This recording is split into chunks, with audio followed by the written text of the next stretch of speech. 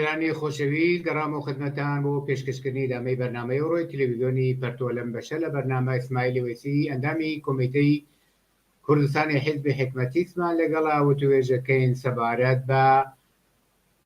ئەوزاعی ئێران و قیامی خەڵکی ئێران دژ بە جمهوری ئیسلامی و ئێدامەکان کە جمهوری ئیسلامی کە پێشەوە ئەم پرسیارە ئاراستە بکەم دەگەڕم و لای ئیسماعیلی وەیسی و ئەگەر دەنگی بنەویسی بەخێربێی بۆ ستودیۆی تەلەڤیزیۆنی پەرتۆ.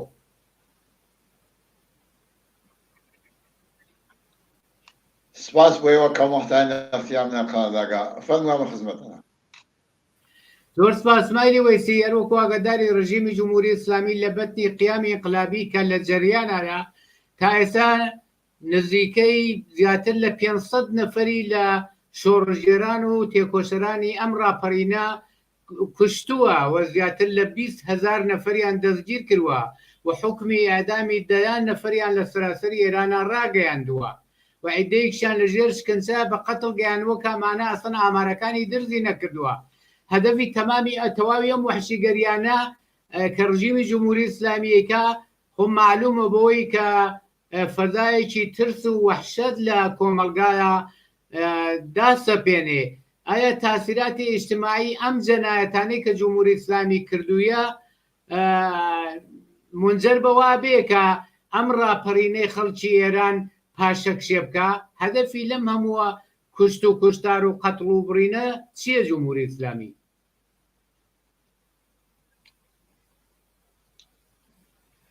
بەڵێ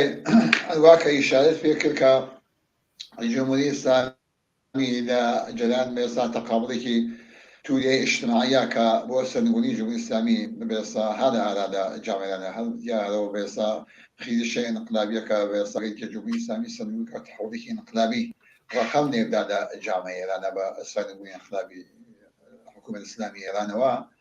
دوای بێتەوە ئەم تەقابڵێکی جدی و ئەساسی و حکوومەت ئیسلامی لەم دەورە لەم شرایەت وەزە حواڵە تاوەی کە بۆی کریا کە دوای بێتەوە لە هیچ جۆرە فشارهێنانێک بە کوشت و کوشتار و بە شێوەهای متفاوت و بیرروبەندەوە کە بێستا خودداینێکەوە تایسەکانەوە کە تو ئیشارەت پێ کە فەرجان 500 نەفەری بێستا لە خیابانەکانە بێستا شەمکردن دەستا پارێزم قەتڵامیانی کوشتیانیان ئەم جۆرەشتانە مردمی کە بەرز خاڵیشون دەچێت بەرامبەر بە ئێستا اعتراضەکەن و خاصی مطالباتیان کە لە واقع سەرنگونی حکوومەت ئیسلامیانە تۆ بەیانەکەن ئەم جۆرەشتان جمهوری ئیسلامی کە مەسەڵەن بەو شێوە کە ئەمانەکانی دایسەکان دەرزی کردە کە 500 نەفەری کوشتکە. بەڵام نوختەی بێژم کە لەم رابطە کە بەطور واقعیە جدیە و غێرە قابل ئینکارە کە بێستا ئەم تەقابڵە جدیە خود حکوومەت ئیسلامیان نزانی کە بە قۆڵ ماڵوتی کەش و قەوسی هەست فراز و نەشیبی هەست لە جریانی مبارزە وەکو هەر مبارزەیە کە بە قۆڵ ماڵوتی فراز و نەشیبی هەست عەقەبنشینیەکە پێشڕەویەکە لە شوێنێکە بە قۆڵ ماڵوتی سەنگەرێک ئەگرێ سەنگەرێکە بەینەکات دوای بێتەوە چۆن مەسەڵەن ڕێگەی پێشڕەوی خۆی فەرام کات چ تاکتیکی هەڵبژێرێت و ئەم جۆرەشتانە ئەمە هەم بۆ ئەم جنبشە بە ئێستا انقلابی سەرنگونیەکە وها لە ئارا ئەم خریشە انقلابیەکە وها لە ئارا و هەروەها بۆ حکوومەت جمهوری ئیسلامی نیروگە سەرکردەری کە بە ئێستا بۆ تەقابڵکردن کە بتوانێت چۆن خۆی حەبسکات. ئەمە واقعیەتێکە تەسیرەکات و بۆیە کە جمهوری ئیسلامی کە دەستی داگە بە کە ئەگەر بێت و ئەمەڵەن لە یەک کەلیما بێژم نا هیچ تأثیرێکی نییە ئەگەر تەسیرێکی بێسڵا سرفەن فرە مەسەڵەن کۆتا مەقتەعی بێت و ئەم جۆرەشتانە نەک بۆ عەقەبنشینی پێدان نەک بە قەوڵانی وتی بۆەوە کە مەسەڵەن جامعە ئەمە خریشە انقلابی و وادارەکە کە دەستە بە ئێستا ئیحتیلال و مبارزەی خۆیان دەست لە مبارزەیان بۆ سەرنگونی جمهوری ئیسلامی هەڵبگرێن وادارێکە کە بە قەوڵ ماڵوتی کە بە فروکەشی پێ ناکات کە چه تاکتیکی هەڵبژێرێت لە کوێنەوە دەستکا بە پێشڕەویکردن وە چۆن بێتە باعیسەوە کە بێستا ڕێگەی بێستا معانەکە ڕێگەی پێشڕەوی سەرنگونی انقلابی حکوومەت ئیسلامی ئێران تێک بدات لای بوات و ڕێگەی پێشڕەویەکان بۆی و بۆ جامعە بۆ سەرنگونی انقلابی ئەم حکوومەتە ضد ئینسانی ئینسان کوژا حکوومەتی کە بە قۆڵ ماڵوتی 43 ساڵەکە بێستا نەکبەتی غێر از ئینسان کوژی غێر از بێستا فەقر و فەلاکەت و نەداری غێر از ئەوەی کە بێستا پەرەپێدان و کوتەکان کار و خیابانی بێستا بە ئیحتیات بە برسیەتی بە بە تەنفرۆشی نەوێ هیچ ئەمەغانێکی مثبەتی بۆ جامعە نەبوو بەمانە نەکبەتی دەسەشانە و جامعەکەەوە بێتەوە ئینتیاکە وە خۆ حکومت زانێ جامعە ترسی لە جمهوری ئیسلامی شکاوە ئەمە مەسلەی کە خۆیان پێ معتەرفن بە شێوەهای متفاوت کە هینیان کردگا باسییان کردگا کە لە بۆتونهایەکی ئێستا دەرونی خۆیان نەکا کردیاگە بە جامعە کە مەسەنی بێستا خەبەرگوزاری فاس بۆ فەرماندەی بێستا سوپای سەرکوتگەر پاسدارانیان کە تەیە کردو کە هەفتە نۆڤەمبەر کە باسەوە بووە کە بێستا نا وەخۆ خامنەی چه زانێت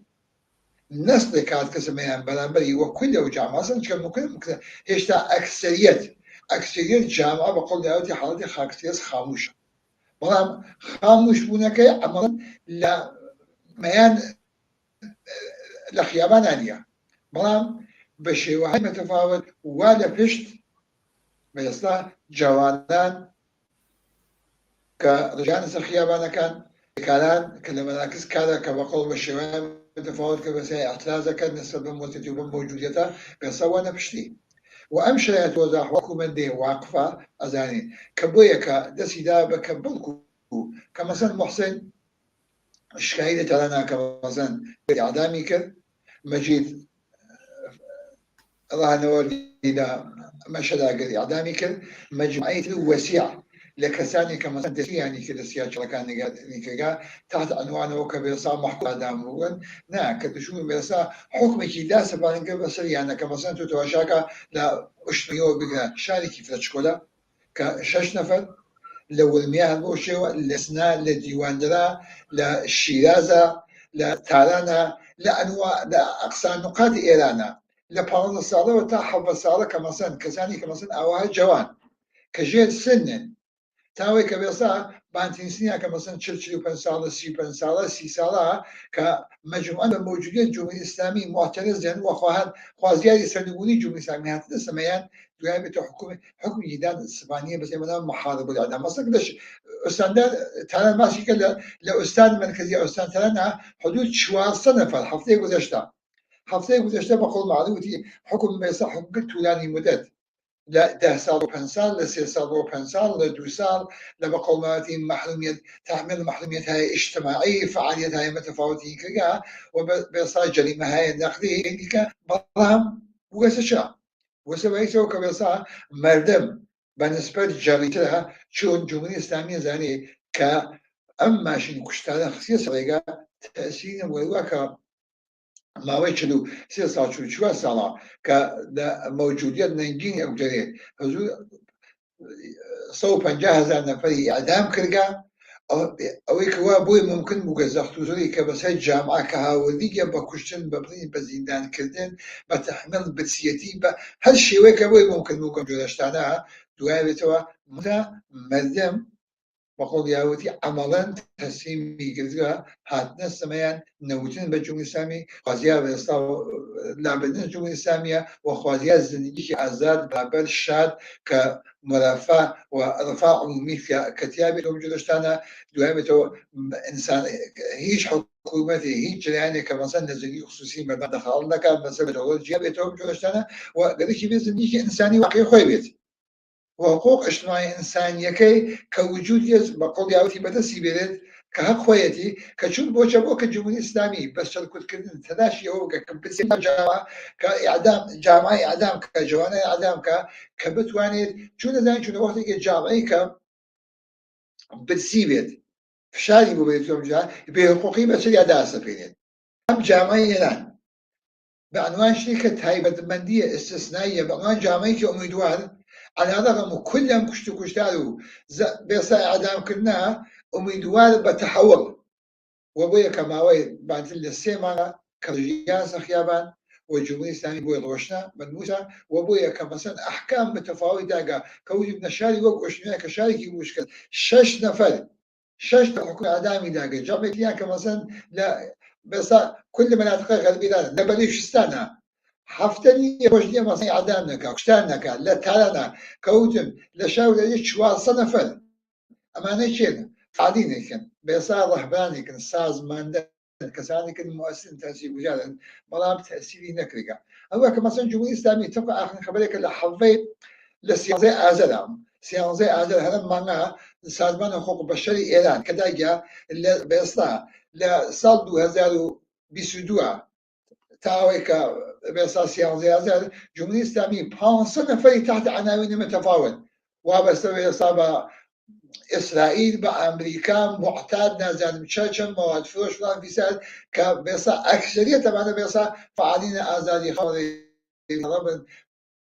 فعالين بيسا جمش جنان حقوق جنا فعالين بيسا تبع حقوق من الانا او حتى فعالين كاريجريه بشواي متفاوته معناها 500 نفر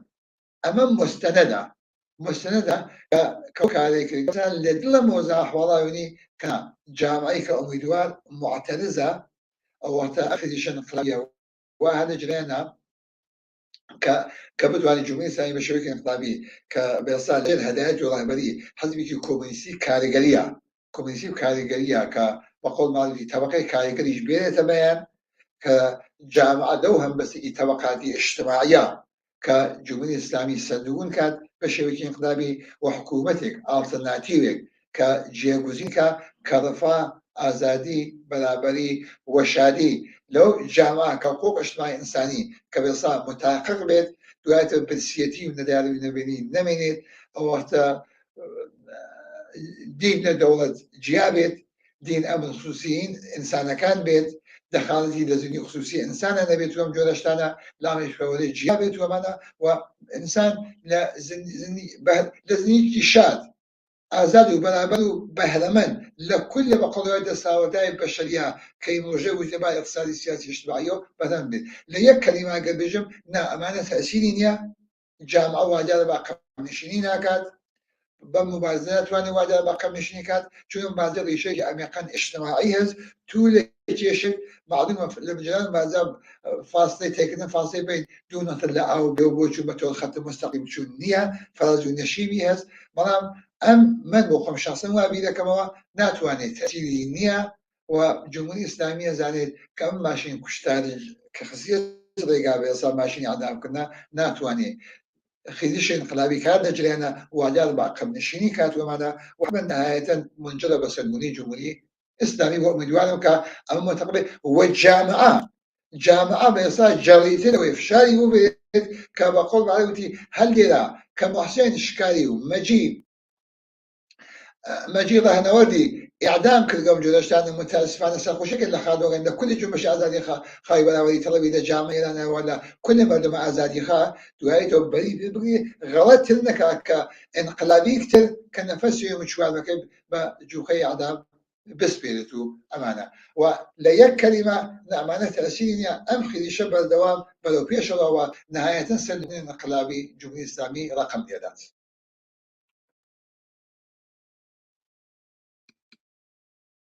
دقيقة ونيوك ما وحدكم بالفعل مليونها خلق دقيقة شمارية كان بوي جمهور إسلامي سرنقون به أم مليونها خلقه وايشتانا هاتونا تميدان هو يتشينان ككاري يكسره جمهور إسلامي يكسره بكنو يك دقيقة ونيو ما وفرمو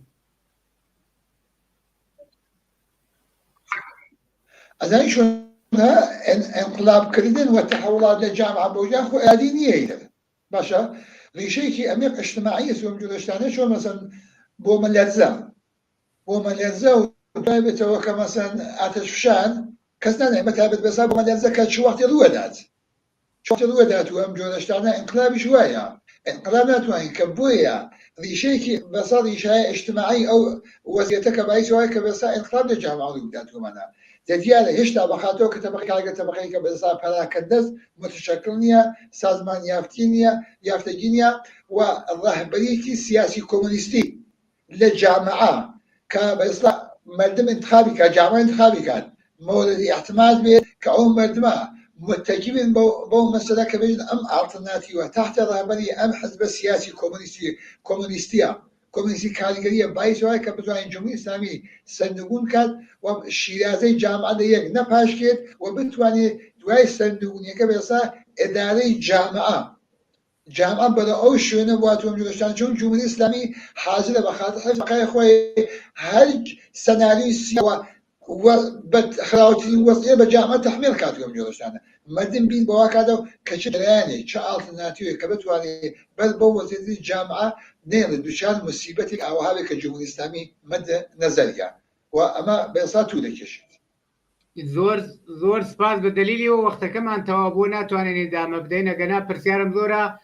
هیوادارم لە بەرنامەی داهاتوە زۆرتر سەبارەت بەم وەزعەتەی ئێران قسە و باس بکەین. بەم جۆرە سپاسەکەم بۆ تەوزیعەکانت و بۆ بەشداری لەم بەرنامەدا.